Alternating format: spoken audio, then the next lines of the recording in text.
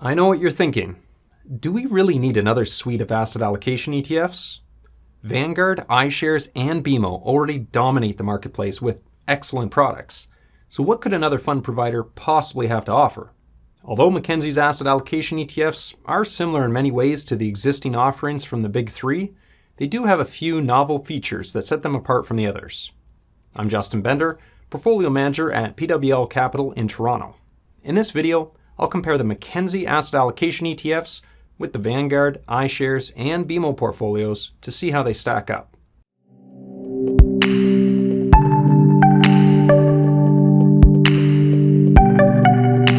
When I first heard of Mackenzie's asset allocation ETFs, I assumed they were just like the TD one-click ETF portfolios, quasi-passively managed funds with an unhealthy dose of active thrown into the mix. Even the prospectus refers to them as the Mackenzie Balanced Active ETFs. However, on closer inspection, it turns out Mackenzie's portfolio managers aren't given any more leeway than their competitors. The managers have some discretion to adjust and rebalance the portfolios from time to time, but I think it's safe to place the Mackenzie ETFs in the same passive category as the others. Mackenzie has initially launched 3 asset allocation ETFs with options for 40%, 60%, and 80% stocks. They all have a management expense ratio, or MER, of 0.2%, just like the iShares and BMO portfolios. For the equity breakdown, Mackenzie has targeted 30% Canadian stocks and 70% unhedged foreign stocks, which is the same as Vanguard's split. And although Mackenzie has static target weights for its 70% foreign equity allocation, they are very similar to Vanguard's current market cap weights, with Mackenzie's US equity allocation being slightly higher and their international and emerging markets a bit lower.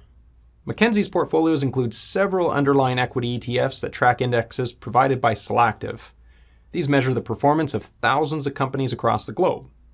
With about 327 companies, the Solactive Canada Broad Market Index actually contains more small cap stocks than the benchmarks used by Vanguard, iShares, and BMO. But when it comes to foreign equities, the Mackenzie portfolios are closer to BMO's, with a focus on large and mid-cap stocks. For example, the Solactive US Large Cap Index and the S&P 500 Index both include around 500 large-cap US companies. On the international equity front, the MSCI EAFE Index and its Solactive counterpart both track the performance of hundreds of large and mid-cap developed companies operating outside of North America. And for emerging markets equity exposure, Mackenzie actually holds the BMO MSCI Emerging Markets Index ETF, ZEM.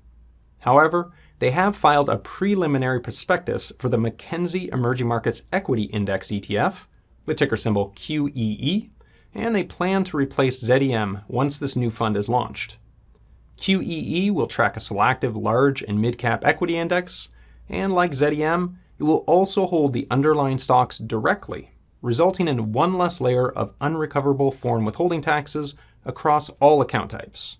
This makes QEE's structure more tax efficient than either of the emerging markets equity ETFs found in the Vanguard or iShares portfolio. And while we're on the topic of foreign withholding taxes, let's switch to the fixed income side of the portfolios, where Mackenzie has made several interesting ETF choices to improve tax efficiency. In addition to Canadian bonds, Mackenzie also includes US, international, and emerging markets bonds. The target weights are similar to those found in Vanguard's portfolios. Here again, Mackenzie's target weights are static, whereas Vanguard targets a 60% Canadian, 40% foreign bond mix, but allows the regions within the foreign allocation to fluctuate based on their current market caps. However, within Mackenzie's fixed income allocations are 2 notable differences. First, Mackenzie has decided to leave the currency exposure of their emerging markets bonds unhedged, whereas Vanguard hedges away the currency risk. When I asked Mackenzie's team about their decision, they explained that exposure to emerging markets bonds in their local currency offers a diversification and yield advantage. They also claim that currency has been a key contributor to the total return of local currency emerging market bonds. Whatever your preference, the difference is likely to have minimal impact on the fund's overall returns, as emerging markets bonds make up less than 1% of both the Mackenzie and Vanguard balanced ETF portfolios. The second difference is much more exciting. Mackenzie has chosen to hold their underlying foreign bonds directly, Well, Vanguard simply holds US listed ETFs to gain exposure to these asset classes. Now, the structure of Mackenzie's bond funds is not expected to impact the tax efficiency of the US bonds. Treaties between Canada and the US already significantly reduce the amount of US withholding tax applied to interest payments.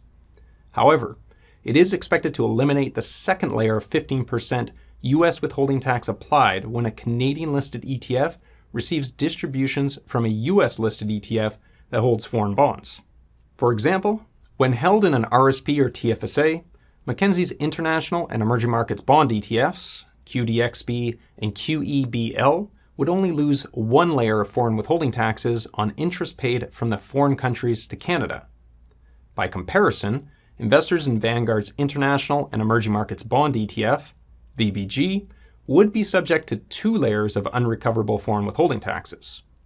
This translates into an additional tax drag to VBG investors of around 0.3% per year. As with our other asset allocation ETF providers, Mackenzie plans to top up underweight asset classes with any cash flows, so the ETFs should stay close to their targets during most periods. If necessary, the managers will rebalance the portfolio during their quarterly review. Mackenzie has a 3% absolute rebalancing threshold between the fund's target equity and fixed income allocations. For example, the Mackenzie Balanced Allocation ETF, with ticker symbol MBAL, which has a 60% equity target, will be rebalanced if equities have increased to more than 63% or less than 57%. As well, the individual asset classes will be rebalanced if they deviate by at least 2.25% above or below their target weights. For example, Canadian equities, which have an 18% target weight in MBAL, will be rebalanced if they increase to at least 20.25% or decrease to 15.75%.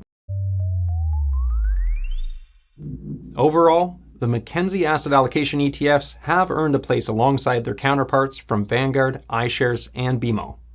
They even include several new tax-efficient features that make them stand out from their competition. For this reason, I plan to add Mackenzie's asset allocation ETFs to my model portfolios in the new year, so keep an eye out for those.